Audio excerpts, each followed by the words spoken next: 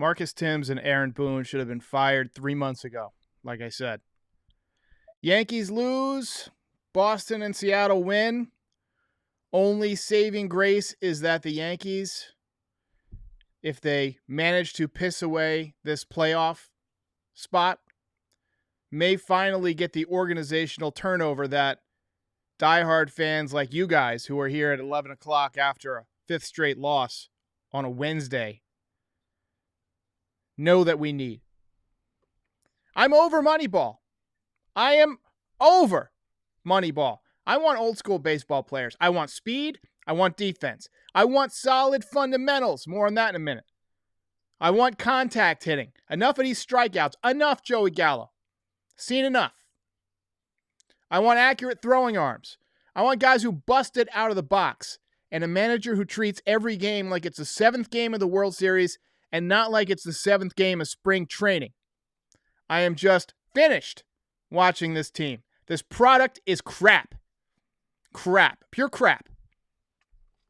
Got to talk about the Jeter induction before we get to tonight's farce of a game. If you have a chance to watch the Bernie Williams performance of the Star Spangled Banner with his fellow musicians, it was fantastic. It was incredible. It was the high point of my day. I love good music. It's something that it just brightens my day when I hear an incredibly soothing rendition, soft jazz. It was amazing. Jeter's speech was great for a guy who didn't do a lot of talking during his career. He let his play do the talking. He's become a really good public speaker. He stressed the importance of fundamentals and preparation, which were pounded into him at a young age, something that we don't see much of from the younger Yankees on this team. Gleyber Torres has the ugliest swing I've ever seen. Ugliest I've ever seen. It's horrendous. He looks like one of those inflatable car sales things. You know what I'm talking about. He talked about Dick Groach, the scout who signed him and predicted that he would be in the Hall of Fame. He mentioned a lot of the names that the Yankees, hadn't, had around in a while. Guys like Gerald Williams, who's his best friend, who, brings back memories of the mid-90s. He was a influential, all-hustle, great defensive guy. He thanked guys who've already passed away as if they were there in the audience, such as Don Zimmer and George Steinbrenner. Even thanked Brian Cashman, who I know he didn't get along with. It was funny. It was humble. It was the culmination of an amazing era of Yankees baseball. So to you, Captain, respect. Now tonight's game. And boy, this is going to be rough. Luis Gil struck out 2 and walked 2 in the first inning. Yanks put 2 men on with 2 outs in the first, but of course, don't score. Even their hits were soft. Rizzo looped a base hit. Giancarlo got jammed. Gil struck out the side in the second. Yankees bounce into another double play in the bottom of the second. I mean, every day it's double plays, strikeout, pop-up. Gil's pitch count was elevated early. He walked 2 more hitters in the third inning, loaded the bases, but ended up getting a strikeout to get out of it. He had 70 pitches through 3 innings, so you knew it wasn't going to be a long night. He struggled with his command all evening, and in the fourth, the wheels finally came off. He loaded the bases. He was done after 3 1/3. Just 1 hit, so he's got good stuff. Lucas Litke came in and allowed all 3 inherited runners to score. Just what you want out of a reliever. Luis Gil's final line, 3 1/3, 3 earned runs, 1 hit, 7 walks, 6 strikeouts. Unbelievable. I got to say, it's just a case of him not trusting his stuff. And also the umpire tonight was garbage, but he was missing quite a bit. He was missing more than the other Yankees pitchers. And the Yankees were getting a lot more strikes called on them than the Blue Jays were. Joely Rodriguez did a nice job once again out of the pen. Underrated pickup so far. Holmes in the game in the 7th gets a soft ground ball to Velasquez, who makes an unnecessarily and incredibly difficult throw as he's falling down. Gets by Rizzo. Semien gets to second. Part of the growing pains of a young man, becoming a big leaguer, learning that sometimes less is more. Semien ends up scoring to make it 4-3. Didn't know at the time, but that was the end of the game, basically. Yanks put 2 men on in the 7th, but don't score. Surprise, surprise. Only runs came from Brett Gardner, who had a 3-run home run. Yankees' first extra base hit in 2.5 games. Unbelievable. Guerrero took Chappie deep to make it 6-3 in the ninth. Chappie gets booed off the mound again. It's horrendous. I'm going to take tomorrow off. Win or lose, rain or shine, the only way to affect change is to reduce interest in this team. And I'm going to do my part. I'm going to watch a movie. I love the Yankees too much to continue to support a product that I know is bad and was put together haphazardly. I have to turn it off tomorrow. I would like to invite you in joining me tomorrow in a boycott of this team, and then we can all come back Friday. We're going to keep this short and sweet because there's not much left to say. The Yankees are poorly constructed. They don't play hard. They're poorly coached. Their hitting coach is a frickin' moron. They have terrible fundamentals. And there's not many winners on the team. Outside of Garrett Cole, Aaron Judge, maybe even Brett Gardner, maybe to an extent Giancarlo Stanton. There's nobody on this team worth keeping. Honestly, the Yankees, if they lost every game from here on out through the end of the season, I would not be that disappointed because it will create change. This organization needs change. David Evans says, I'm noticing Yankees batters let meatballs go by. Why? And yet, they still chase pitches 2 feet out of the zone. I'm looking at you, Luke Voigt. It goes back to that hitting philosophy. I don't know I'm not in the room, right? I'm not in the batting cage with them where they're looking on their little frickin' iPad and they're saying, you hit 386 on 2-1 curveballs on the inside part of the plate. You should only swing at those.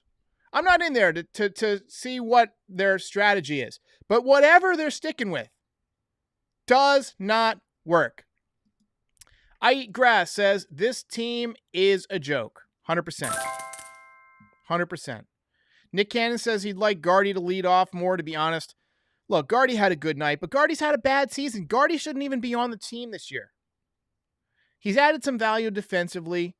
He's had a couple of big hits, but Gardy being on the roster is part of the problem. We can't keep running 30-something-year-old players out there. We can't keep running guys that the league figured out 5 years ago out there. There's a reason why young upstart teams do really well, and it's really exciting. The league hasn't figured them out.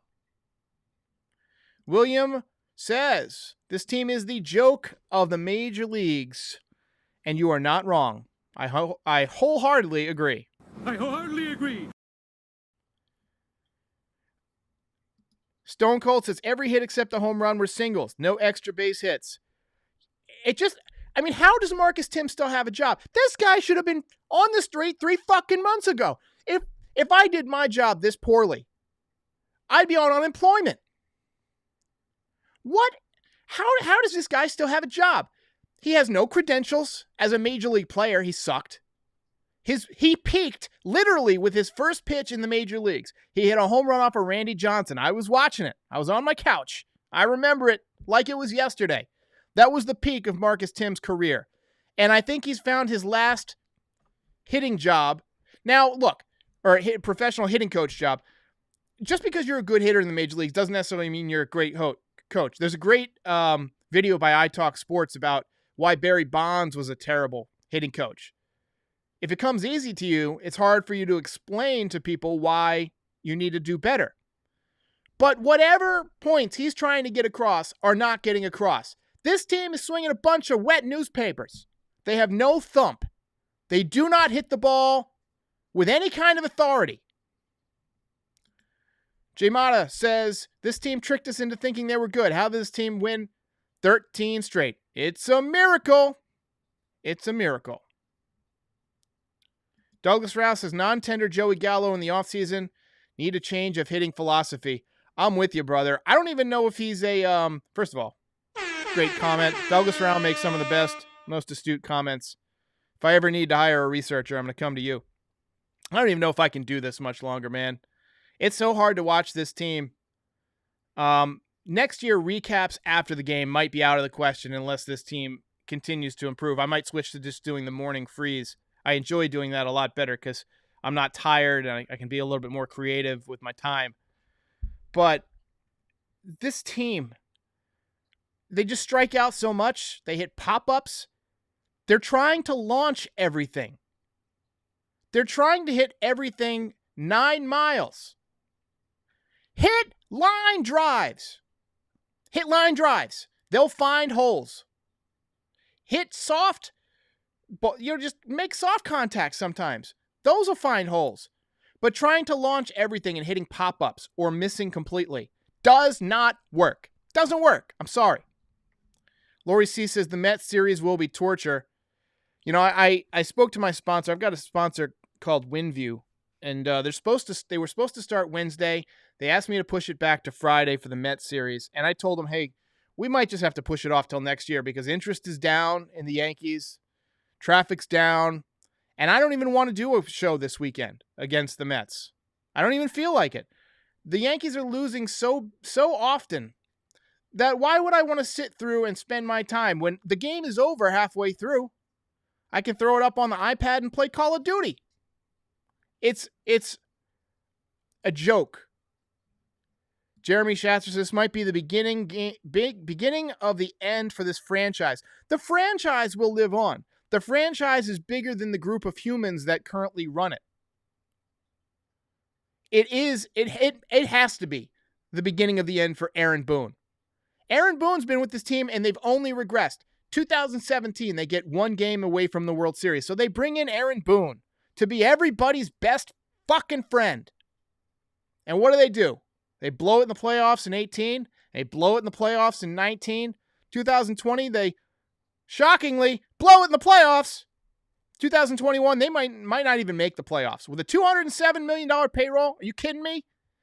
But it ultimately, it falls on Brian Cashman. Brian Cashman has got to get his ass on a plane and get out of here. Whose nephew are you? How did you end up in this job? He's got to go. He's got to go. You can't put this team together and expect them to win. And, I mean, I credit him for bringing in Gallo. I credit him for bringing in Rizzo and trying to fix this roster. But when you bring them into a toxic environment where the hitting coach doesn't know what the hell's going on, the team philosophy, whatever they're teaching is not working. It is not real baseball. And it's got to stop. Ruben Cruz with the dono says, I really like Gallo's defense, speed, and base running, but I kind of wish he went for Schwarber. Gets on base at a 370 clip with 270 average with power. I believe Schwarber will be a free agent this winter as well. Might be worth looking at. Appreciate that. Actually, you get the cruise control. Cruise control. Jay Mata says, shame on the Yankees to not only do so horrible, but to do so and lose on Jeter's induction day. I appreciate the dono. And yeah, this should have been a night for celebration. This should have been a night where the Yankees, celebrate the franchise. You got one of your all-time iconic players going in the Hall of Fame. You got a chance to win, but instead you blow the wild card lead. It's just it's not worth watching very much at this point. Ronnie says, so we're not going to talk about Chapman. Chapman got booed off the field. We did talk about him. He's crap. I mean, he's garbage. What's there left to say about Chapman? He blows the lead, about 1 out of 3 times. You're playing Russian roulette with Chapman out there. He's garbage. He's got to go. He's one of the guys that's got to go. I'm sorry. Carlos Boladares says, when the AAA guys were in New York, the team played with heart. These guys lack heart. Appreciate the donut. Chris Loritzen says, guess what? Batting average matters. 100%.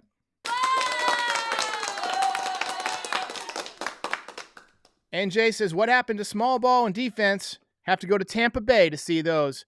All right, guys, I'm going to call it a night. I can't stomach. I literally feel sick to my stomach because of this team. We got one more super chat coming in from the show 24/7. I'm going to handle this, and then we're going to call it a night. Honestly, I don't think it matters who they went for. Anyone that comes to the Yankees with the hitting coach is not going to work. I think I get what you're saying. Yeah, the hitting coach is definitely a major problem, but he can only teach the organizational philosophy. And the organizational philosophy, which comes from Brian Cashman and his group of never was people that he has in his front office. That's where it comes from. Get them all out of here. They got to go. Jordan Thaler says, fire Boone. 100% agree. Yes, I agree. All right, guys. We're going to call it a night. I'm taking tomorrow off. I'll see you Friday. Special shout out to the Patreon supporters and anyone else who has supported this channel. If you enjoyed this video, give it the old thumbs up and subscribe for more Yankees content year-round. If you really enjoyed it, check out the Frieze. It's the official podcast of this channel. Or pick up some swag from the Teespring store, link in the description. Thanks for watching.